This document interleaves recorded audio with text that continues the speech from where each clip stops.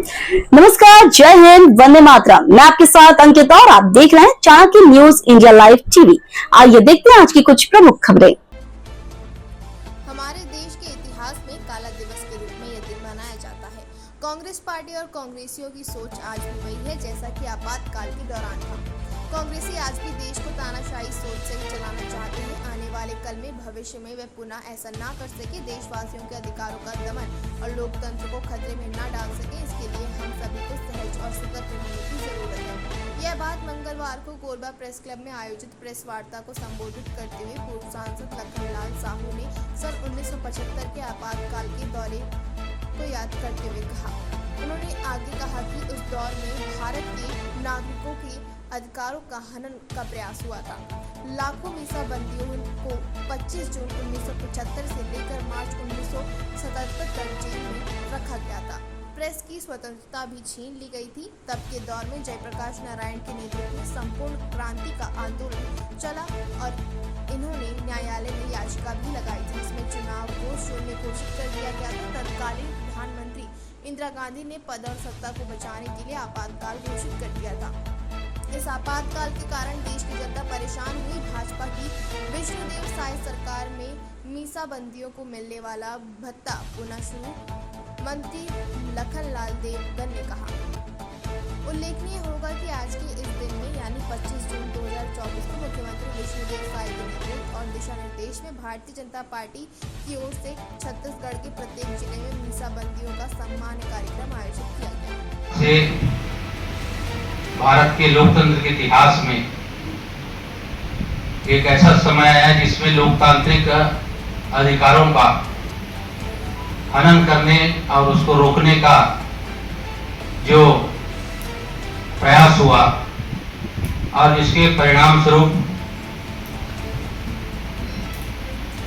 इस देश के लाखों जो राष्ट्रभक्त है, इस लोकतंत्र के प्रहरी हैं, उसको जेल की सलाखों में रह करके यातनाएं झेलनी पड़ी।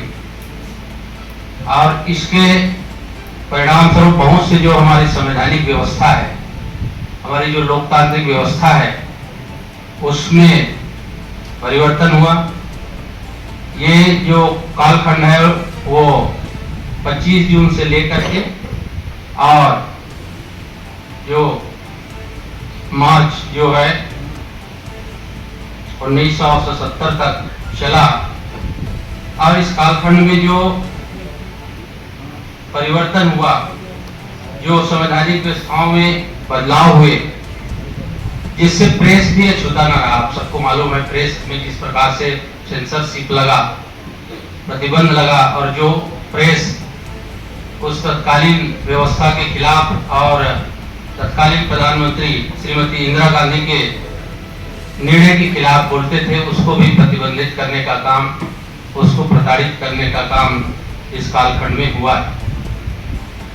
25 जून जो आपातकाल जिस दिन लागू हुआ, उसके पहले हम देखें तो ये जो आपातकाल लगने के 3 मुख्य कारण सामने आए हैं, जिसमें से एक तो संपूर्ण क्रांति जो जयप्रकाश नारायण जी के द्वारा उसके नेतृत्व में आंदोलन चलाया गया, संपूर्ण क्रांति के नाम से हम जिसको जानते हैं, जो उस समय के भ्रष्टाचार व्यवस्था, बेरोजगारी को लेकर के और बहुत सारे जो व्यवस्था है उनको लेकर के आंदोलन चलाए गए।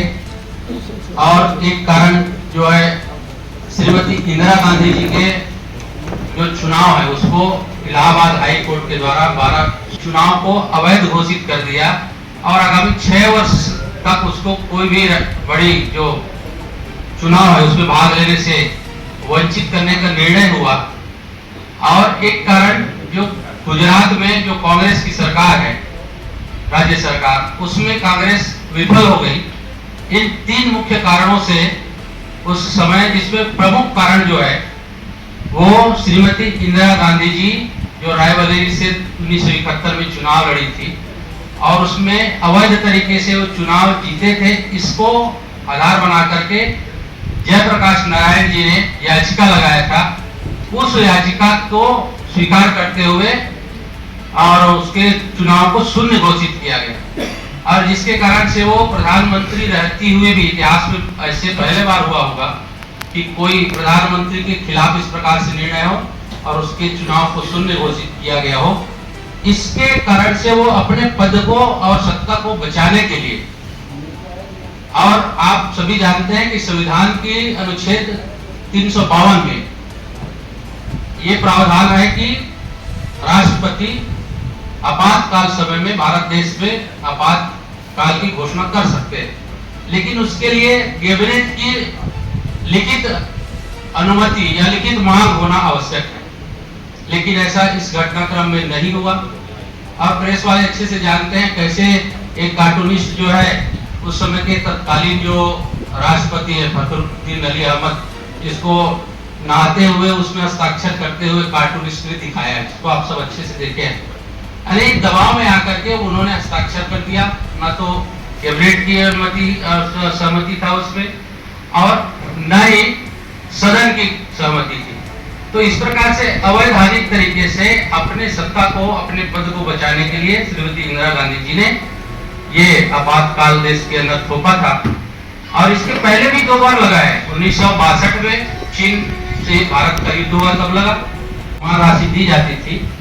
भूपेश बघेल जी के आने के बाद उसमें रोक लगा दी गई, लेकिन फिर से अभी आदरणीय विष्णुदेव जी के सरकार आप सबके सहयोग और समर्थन से जो बना है, उस सरकार के द्वारा उसको फिर से चालू की गई है। और आपको ये भी मैं बता दूं कि जो रुका हुआ जो राशि है उसको भी मीसाबंदियों को देने का काम किया गया है। मीसाबंदी हमारे अभी एपी दिख रहे हैं, 2 है, बाकी बिहार से मीसाबंदी थे, बाकी अभी पूर्व में निवास करते। और जैसे हमारे वरिष्ठ पत्रकार जोशी जी ने जैसे पूछा कि मीसाबंदियों को डॉक्टर रमन सिंह के भारतीय जनता पार्टी सरकार ने सम्मान निधि दे रहा है, बाकी कांग्रेस की सरकार आने के बाद वो मीसाबंदियों को सम्मान राशि देना बंद कर दिया गया। भारतीय जनता पार्टी के फिर से आपके आशीर्वाद से सरकार बनी है, विष्णुदेव साय जी मुख्यमंत्री बने हैं और उनको 5 साल का जो सम्मान निधि रुका था एक मुश्त भुगतान उनको कर दिया गया है। एक मीसाबंदी 15-15 लाख रुपया 5 साल का पाए। व्यवस्था है और वो किस राजनीतिक दल से समझौता करना चाहते हैं, किनके साथ काम करना चाहते हैं, वो उसका व्यक्तिगत विचार है। लेकिन निश्चित रूप से वो मीसाबंदी में प्रताड़ित हुए, उस समय वो भी मीसाबंदी में जेल में अपने जीवन को जो समय उसको काटा था, तो उस पर उनको विचार करना चाहिए। जो व्यक्ति उसको या जो विचारधारा उसको प्रताड़ित किए हैं, उनके साथ उसको आज समझौता क्यों करना पड़ा। लेकिन उसके खिलाफ में जो विरोधी दल के लोग जो प्रचारित किए, आप सबको मालूम है कि आरक्षण को खत्म कर दिया जाएगा, संविधान को खत्म कर दिया जाएगा, ये ममता बनर्जी जी बोल रही हैं, राहुल गांधी जी बोल रहे हैं, आपके अखिलेश यादव जी बोल रहे हैं, आपके मल्लिकार्जुन खड़गे जी बोल रहे हैं। इस चुनाव के बाद ये आम चुनाव बंद हो जाएगी और आने वाले समय में ये जो लोकसभा का चुनाव है बंद होकर के मोदी जी ही आगे जितने दिन तक वही प्रधानमंत्री रहेंगे। इस प्रकार के जो भ्रम फैलाए गए समाज के अंदर में, जिसका प्रभाव या प्रभावित हो गए डीप फेक, बहुत जैसे सोशल मीडिया की आपने चर्चा की, सोशल मीडिया में आप देखे हुए डीप फेक यानी भ्रम पैदा करने वाले बहुत सारे तथ्य को प्रचारित किया विपक्ष के लोगों ने। निश्चित रूप से बहुत से लोग उस झांसा में आए होंगे, जिसके कारण से जो हमको अपेक्षित, जो हम अपेक्षा रखे थे कि हमको 400 पार एनडीए की मिल सकता है, वो नहीं मिला। दूसरी बात 370 हम लोग भारतीय जनता पार्टी की अपेक्षा किए थे और उसका वजह यह था कि हम लोगों ने पिछले कार्यकाल में कश्मीर में जो शहादत हुई आदरणीय श्यामा प्रसाद मुखर्जी जी के, उसको श्रद्धांजलि के लिए हम अपील कर रहे थे कि हम उसको जब 370 समाप्त की गई तो श्रद्धांजलि स्वरूप देश के व्यक्ति, हमारे नागरिक भारतीय जनता पार्टी को 370 सीट देकर के श्रद्धांजलि अर्पित करें या उसको श्रद्धांजलि दें, ये हमारा अपील था। लेकिन कई चुनाव में परिस्थितियां बनती है, जितनी अपेक्षा थी उतना हमको सीट नहीं मिला। लेकिन इसके कारण ये नहीं कि जो देश के अंदर में भारतीय जनता पार्टी को वोट दे दिए वो देशद्रोही है, ऐसा बिल्कुल नहीं है भाई। उनका एक दृष्टिकोण है, उनका विचार है, लेकिन लोकतंत्र में अपनी बात रखने का सबको अधिकार है। पार्टी के अंदर पार्टी के विषय में, उस विषय में पार्टी फोरम में बातचीत होगी किन कारणों से हम यहाँ पीछे रहे।